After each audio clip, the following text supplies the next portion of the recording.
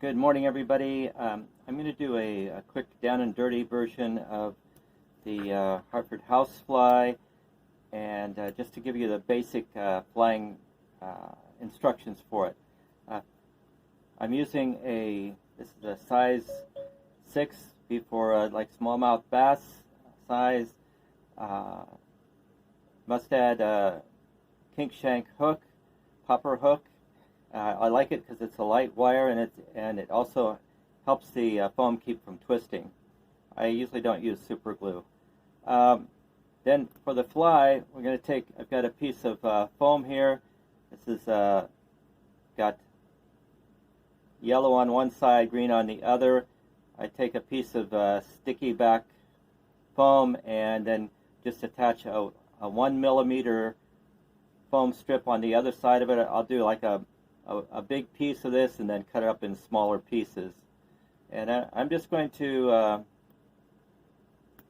kind of point the end of it just a little bit.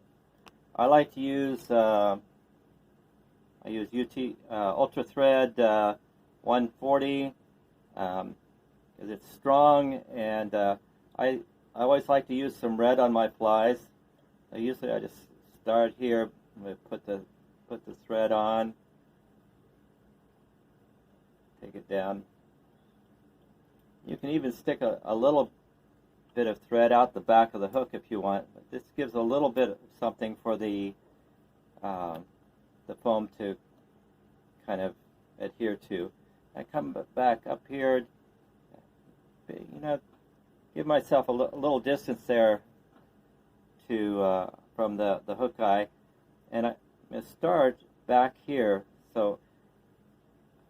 And on this fly, you gotta pinch it down to get a nice look on it. It stretches the foam a little bit and gives a nice rounded shape. So now I want to segment this on the way back. So I'm going to go over the top. That way, when I go back to the next segment, that way I don't have the thread showing underneath, so I keep the bottom clean. And I'm going to make about 4. So, and when you tie the foam down, the first couple of wraps kind of gentle, and then maybe 5 or 6. And I want to make a clear segment between each one of these. So I'll put 5, 6, 7 wraps around it.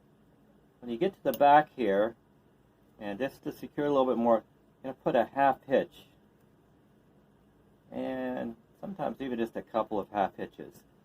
And that's a technique that I use a lot for this fly, and it's just a good technique to learn how to do the half hitches. And I can show that in a later video. Now, to get back up to the front, I'm going to cross over the top and down through the gap. Over the top and down through the gap. Again, I don't want to see the thread crossings on the bottom of the fly, because it's the bottom of the fly that the fish will actually see.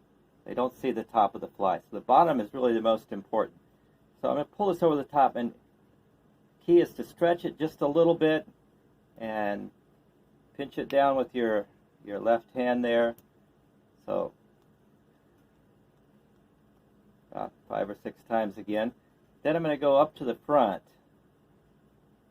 and just behind the hook eye, and we'll tie it in once more. Again, when if you pinch the foam, make it firm, then you get a better shape. Then come back over the top again. I don't know if you can see that, not so well, but over the top, and then we're going to pull this part back here like this, and that makes the front head real nice. Again, putting a little bit of pressure on it. Then again, half hitch,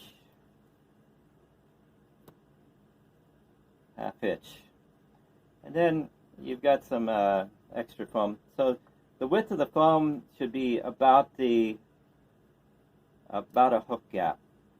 Cut that off like that, and then we'll take our legs. I've got a piece of rubber leg material, and you want, this is the round rubber legs, medium, I think. You want to take 2 off at a time, and then we're going to put those. I use my thumbnail to kind of guide it in the gap there between the foam. It's not very. And then on the other side, I use my first finger to kind of guide it in there. If you're doing a hopper pattern, it's kind of nice to have the front legs a little bit shorter.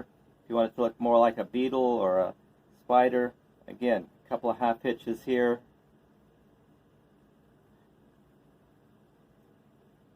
And then to seal it up, you know, you can try to get some glue in between there or on the bottom for it. But one thing I found is fairly easy to do is I'll just take my bodkin, put some head cement on it, and then just head cement the first inch or inch and a half of the thread, and then when you take your whip, just take your whip finisher and go around 1, 2, about 3 times. This is enough, and pull it tight, and it can flip it off here. Now, for the legs, if you want the legs to be more stiff, you can just leave them the way they are. But usually I like to have, you know, I go by the theory, more legs is better. So then take these and split the 2 legs apart.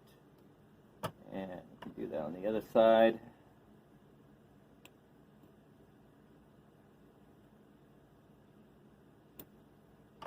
So one of the most important things is that, let's see if you can see the bottom there.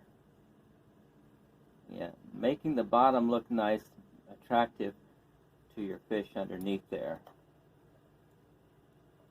Okay, and then one last thing is for the wing.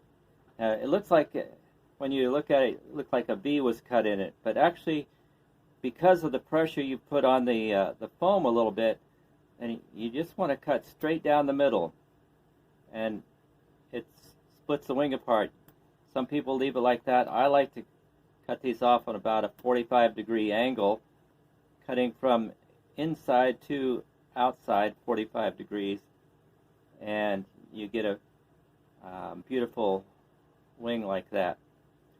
So that's the quick version of how to tie the Harford House Fly. I hope you enjoyed that. I can go into more details, or if you have any questions, just let me know. Take care. God bless. Have a great day. Bye.